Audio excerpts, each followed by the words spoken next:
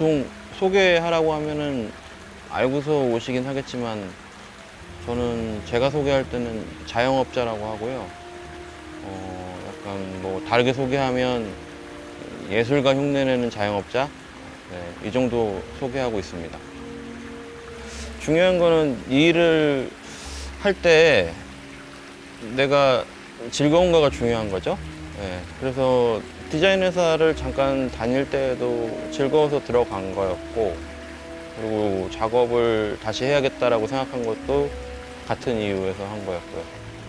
어저께도 뭐 아시는 분이 역시 예술가라서 보는 게 다르구나, 뭐 하는 게 다르구나, 뭐 이런 말들 많이 하거든요. 근데 사실은 예술을 밖으로 보여주는 과정 자체는 개인이 갖고 있는 필기체 같은 거거든요. 근데 사실은 우리가 밖에서 일상적으로 일을 하거나 공동체 안에서 뭔가 같은 일을 할 때에는 필기체를 바꿔야 될 때가 있어요. 왜냐면 내 글씨체를 상대방이 못 알아보면 안 되니까. 그런 과정들을 계속 하다 보면 본인이 갖고 있었던 개개인의 독창적인 필기체를 잊어버리고, 그리고 독창적인 방법. 예를 들어서 여기도 길이 여러 개가 있는데요. 원래 가던 길로만 가게 된다는 거예요. 근데 그런 게 없어지면 자유롭게 가고 싶은 대로 가보겠죠. 예.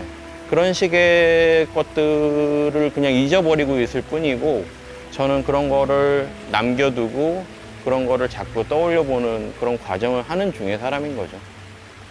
제가 작업을 하는 방식은 메시지를 뭔가를 전달하겠다, 나의 의도를 명확하게 보여주겠다, 그런 것들은 사실은 제가 원하는 걸 제가 디자인하는 정도의 이야기인 것 같고요. 전 제가 재밌어 하는 걸 하고 저한테 들려줄 만한 이야기를 만들어요. 근데 중요한 점은 많은 작가들이 그럴 텐데, 자신이 재밌어 하고 자신이 좋아하는 이야기가 과연 어디서부터 시작됐는지가 중요한데, 그 시작 지점을 탄탄하게 만들기 위해서는 현실적인 생활과 현실적인 고민, 현실적인 감각, 이 현실적이란 말에는 나의 현실이 아니라 우리 모두의 현실, 우리 모두의 이야기에 얼만큼 같이 동화되고 있는 상태로 내가 좋아하는 것들을 끄집어내냐가 중요해요.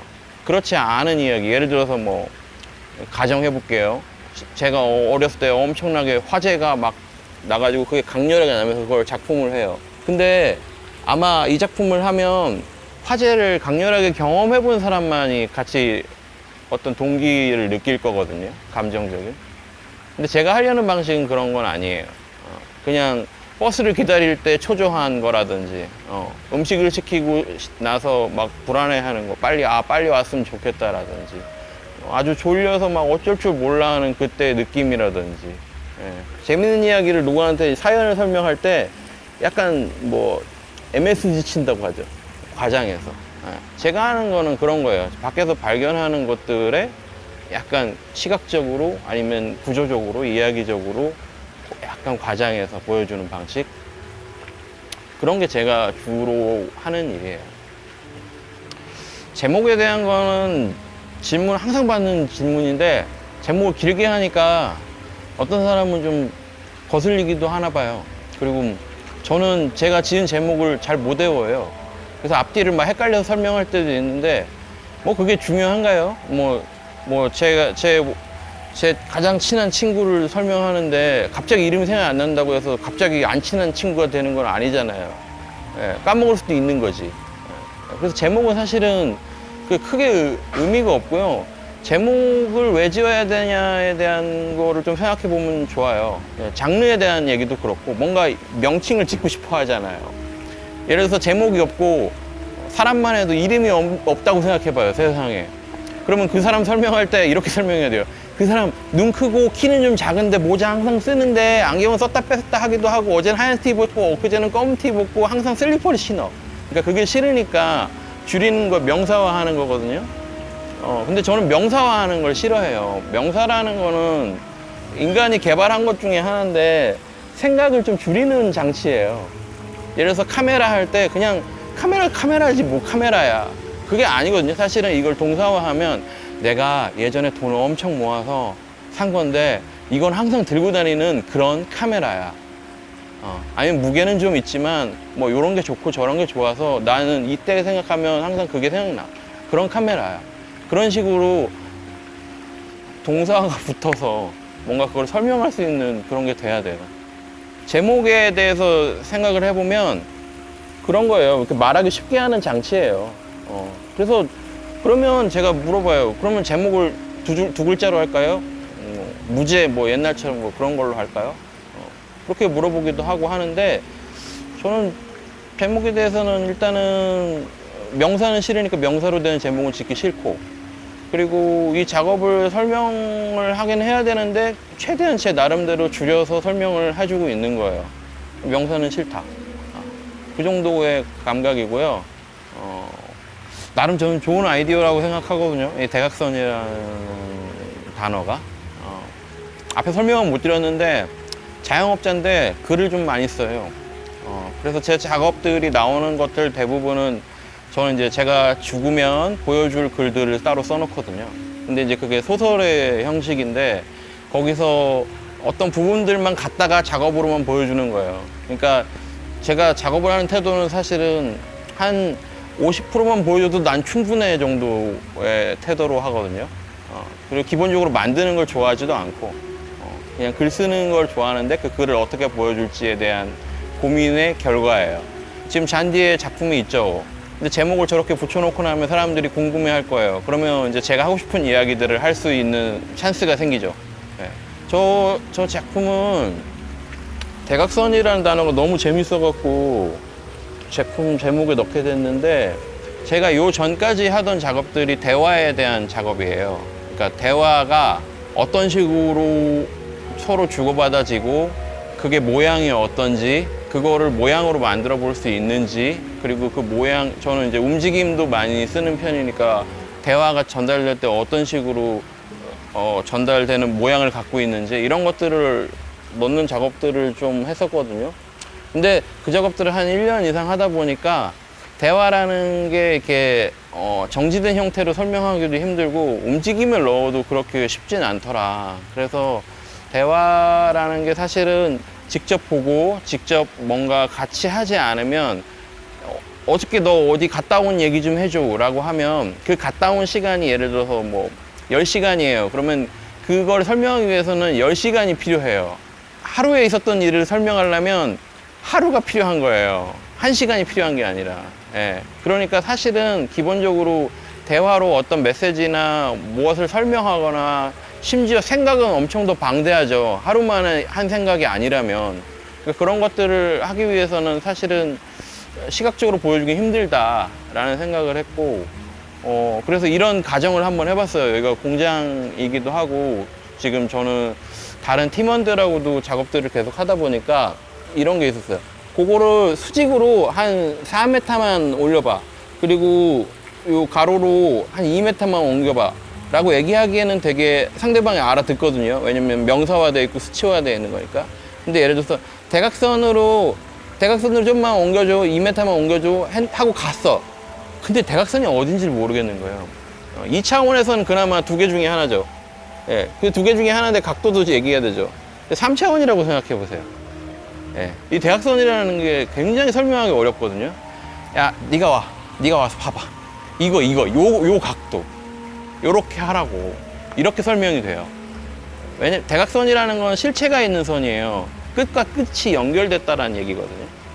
그러니까 뭔가는 있는데 이걸 알기 위해서는 직접 봐야 돼.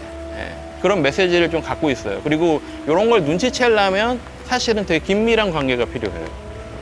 긴밀한 관계를 하려면 우리가 대화를 반대로 다시 또 많이 해야겠죠. 예. 여기는 커뮤니케이션이 많이 좀 필요한 공간이에요. 직원들도 많고 업무도 굉장히 많이 분업화되어 있고 기능들도 되게 다양하기 때문에 대화가 많이 필요하다고도 생각이 들었어요. 그래서 제가 원래 생각하고 있던 작업이기도 했지만 여기하고 잘 어울린다고 생각해요. 지금도. 아마 그 질문에 있는 그 문구는 예전에 그 이유성 시인이 인터뷰했던 거예요. 근데 그때는 지금도 근데 별로 그렇게 많이 다르진 않아요. 근데 그 질문에 대한 답의 방향은 뭐가 있냐면 구현하는 방식에 대한 거였고요. 무엇을 구현하냐 보다는 어떻게 구현하냐.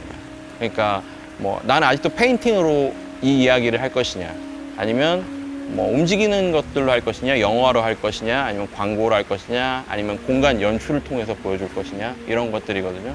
그래서 그런 지점에 대해서는 계속 어떤 식으로 실현을 할 것이냐에 대한 고민들은 계속 하고 있고, 그러다 보니까 뭐 공간도 건들게 되고, 아니면 지금처럼 뭐 야외 프로젝트 같은 것들도 계속 할 수 있는 상황이 생겨버리고, 예. 그러니까 모든 것들이 좀 사실은 간섭이 되더라고요. 지금은 왜냐면 다매체 시대이기 때문에 이런 매체들이 다 이 전통적인 매체부터 해갖고 뭐 SNS나 눈에 보이지 않는 무형의 매체들도 그렇고, 근데 무형의 매체들은 사실은 그 특징이 있는데, 이제 데이터가 쌓이면서 파워가 세진다라는 특징이 있죠. 예전에 잡지와 단행본의 차이에 대해서 얘기를 한번 해본 적이 있는데, 잡지는 월마다 나오기 때문에 변환이 태세가 빨라요. 근데 단행본은 그걸 준비하기 위한 과정에서 어떤 정보의 왜곡이 일어날 수도 있고, 그래서 예전에 학생들한테 얘기할 때는 잘못하면 독이 될 수도 있다. 왜냐면 책이라는 건 또 되게 매력적인 게 꽤나 오래 읽기 때문에 이거에 대한 확신을 갖게 되거든요. 어느 종교를 잠깐 다니는 건 괜찮은데 좀 오래 다니면 약간 확신이 생기잖아요. 그런 방식도 있어요. 그래서 잘못 골라버리면 독이 되기도 하기 때문에 그 매체 변환하는 거나 그 매체를 통해서 서로 이렇게 교류하는 것들에 대해서 생각해 볼 필요가 있다라고 생각이 들고, 바로 지금 보고 계신 저 작품입니다. 네, 지금 보고 계신 작품이고요. 대화에 대한 내용을 다루고 있고, 대화라는 게 그림보다는 사실은 조각이고요. 조각보다는 사실은 움직이는 조각이 훨씬 더 적합해요. 무슨 뜻이냐면 서 있는 자리에 따라서 달라지거든요. 페인팅은 앞에서 보면 이제 앞에서 보나 옆에서 보나 별 왜곡의 차이가 없지만, 조각은 360도를 돌잖아요. 그러면서 내가 본 기억의 장면들이 달라요. 아마 어떤 조각을 하나 놓고 가족끼리 보고 난 다음에 집에 가서 인상 깊었던 데 그려봐 그러면 다 다른 면을 그릴 수도 있어요. 키 큰 사람은 높은 데서 봤기 때문에 이런 걸 그릴 거고, 애기는 애기대로 올려다 봤기 때문에 어떤 뭐 위협을 느꼈다거나 뭐 그런 식으로 할 수도 있고. 근데 여기서 이제 움직임을 살짝 넣어보면 이제 더 복잡해지는 거예요. 기억하는 순간들이. 예. 근데 대화라는 게 사실은 그런 것 같아요. 되게 다층적이고 다면적이고, 거기에다가 시간까지 앞에 SNS나 이런 것처럼 데이터가 쌓이면서 시간까지 쌓여서, 뭐 예를 들어서 친한 친구끼리 이렇게 뭐 욕을 해서 부를 수도 있잖아요. 근데 거기에는 데이터가 쌓였기 때문에 그게 친근감으로 연결이 되는 거거든요. 그냥 대뜸 없이 욕부터 하면, 초면에 욕부터 하면 친한 게 아니잖아요. 그러니까 데이터가 쌓여서 생기는 힘 같은 거, 그게 바로 시간이고, 뭔가 쌓여 있다라는 거. 그게 반대로 깎여 내려가도 시간이고 쌓여도 시간이고, 시간이라는 건 그런 건데, 아무튼 지금 보시고 있는 작업이 그 대화에 제가 지금까지 내리고 있는 대화의 모양, 아니면 대화의 제가 생각하는 본질, 그런 것들을 다루고 있기 때문에 보시고 아마 단번에 뭔가 이렇게 바로 이해하기는 힘들 거라서, 저 작업들에 관련된, 저는 이제 글을 항상 남겨놔요. 이제 원래 소설로 썼던 것들을 시로 만들어 놓거든요. 왜냐면 그게 힌트라고 생각해서. 근데 아마 작품 근처에 없을 수도 있고 뭐 어디 또 돌아다닐 수도 있어요. 근데 저는 만들고 나면 이제 관심이 없어지니까 뭐 어떻게 되는지 모르겠어요. 근데 아마 어디서든지 볼 수가 있거든요. 그걸 보고 이제 얘기를 해보시라고요. 왜냐면 제가 정답을 딱 해서 당신 틀렸고 당신 맞았어 이런 식으로 작업을 하는 건 아니니까, 목적 자체가 이거 보고 둘이 다투던지, 이거 보고 둘이 막 얘기를 해보면서 산으로 가면서 이제 뭐 집을 어딜 구할지, 직장을 어딜 구할지까지 연결을 해서 뭐 이야기가 연결되던지, 그게 제일 바람직한 거라고 생각해요. 이 작업 자체보다도 그 과정들을 같이 보는 사람이 만들어가는 거. 제 작업 보면서 아마 한번 그렇게 해보시면 좋으실 거라고 생각해요. 저 작업에 약간 힌트가 있는데, 이게 각도가 두 개가 있죠. 각도 두 개가 있는데 이게 각도가 약간 달라요. 그래서 아마 이게 보면서 누군가는 야 저거 삐뚤어졌어 라고 얘기하는 사람이 있고, 아니야 원래 그런 거야 라고 하는 사람도 있고, 그러면서 이제 둘이 티격태격 하면서 뭔가 이제 작업에 대해서 얘기도 해보고 다른 작업도 찾아보고 뭐 예전에 뭐 우리 집에 있는 가구를 놨는데 난 그게 항상 삐뚤어져서 마음에 안 들었어. 사실은 그래. 뭐 그런다든지 아니면 주차 여기도 했을 거 아니에요. 주차했을 때 주차선 잘 지켰는지도 한번 생각해보고 그런 걸로 또 얘기도 해보고 예. 삐뚤어졌을 때 감정이 어떤지도 얘기도 해보고 뭐 되게 다양하게 얘기할 수 있는 저는 이제 먹잇거리를 던져주는 거죠. 예술과 기술 섞는 공간들도 많아지고 저도 여기저기 자문도 다니러 다니고 하는데 중요한 거를 좀 놓치고 있는 것 같아요. 그러니까 예술이 뭐고 기술이 뭐고부터 정의가 먼저 확실해야 돼요.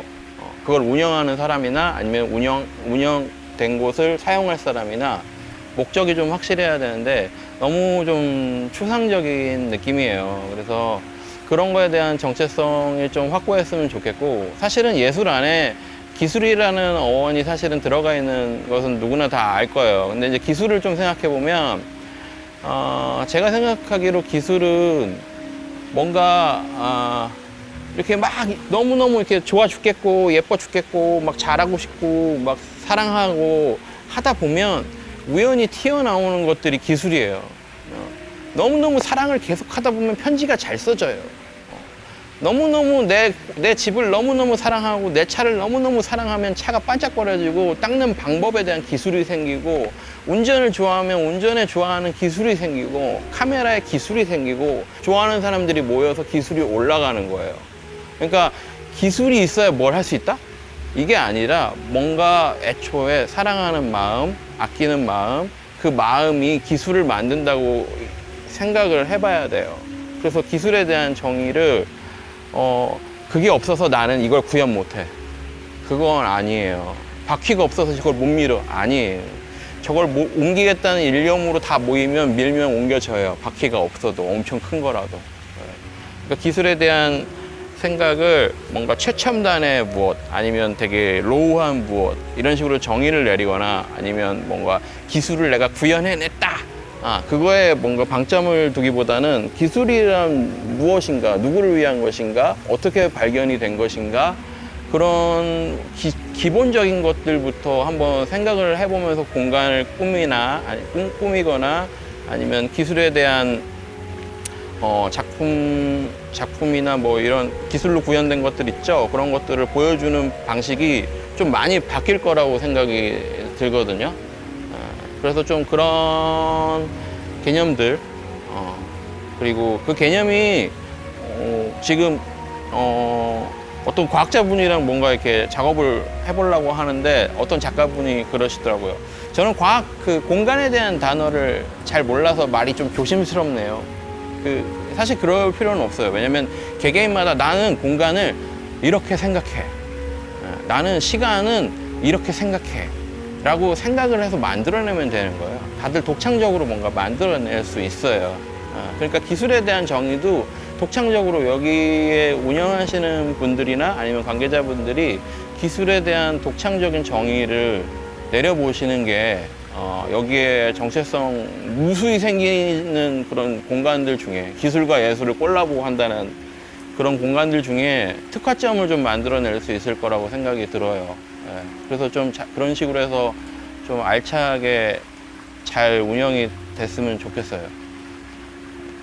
감사합니다.